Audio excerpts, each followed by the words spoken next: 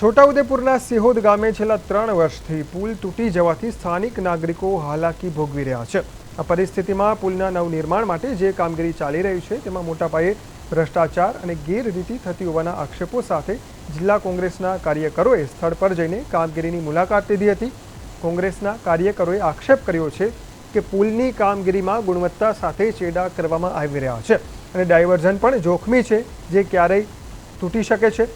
આ સંજોગોમાં લોકોની સુવિધા માટે પુલનું કામ વહેલી તકે પૂરું કરવામાં આવે તેવી તેમણે માગ કરી। વધુમાં કોંગ્રેસે ભાજપના નેતાઓને આડે હાથ લેતા કહ્યું કે ભાજપના નેતાઓ જ્યારે આદિવાસી સંસ્કૃતિના નામે ડાન્સ કરતા હોય ત્યારે તેમણે આ ડાયવર્ઝન પર આવીને ટીમલી રમવી જોઈએ, જેથી તેમને ડાયવર્ઝનની વાસ્તવિક અને જોખમી સ્થિતિનો ખ્યાલ આવે। કોંગ્રેસના નેતાઓએ ચેતવણી આપી છે કે જો તંત્ર વહેલી તકે આ કામગીરી પૂર્ણ નહીં કરે તો આગામી દિવસોમાં આંદોલન કરવામાં આવશે।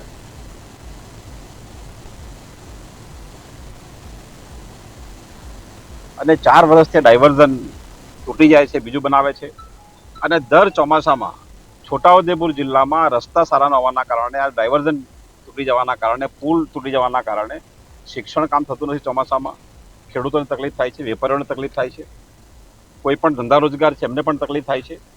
તો આ વખતે સરકાર ચોમાસા પૂર્વે આની વ્યવસ્થા કરી લે એવી અમારી લાગણી છે અને લાગણી એમને પહોંચે એટલા માટે અમે આ દેખવા માટે આવ્યા છે। કારણ કે જ્યાં પણ ભ્રષ્ટાચાર થતો હોય ત્યાં એમને મુલાકાત લેવાની બી ટાઈમ નહીં।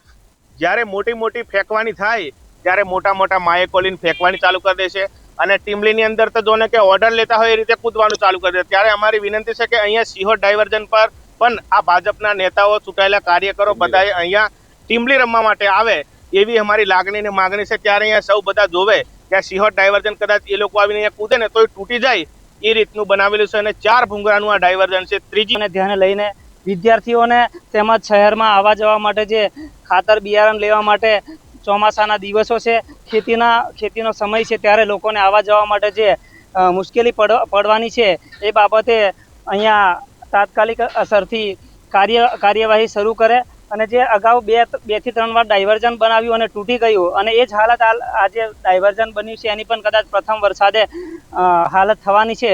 ત્યારે સરકારશ્રી, સરકારી તંત્ર તેમજ રાજકીય પ્રતિનિધિઓને અમે એક અહીંયાથી આ કોંગ્રેસના પ્રતિનિધિ મંડળ દ્વારા એક રજૂઆત કરવા માંગીએ છીએ કે વહેલામાં વહેલી તકે આ ડાયવર્ઝન પણ વ્યવસ્થિત રીતે બનાવવામાં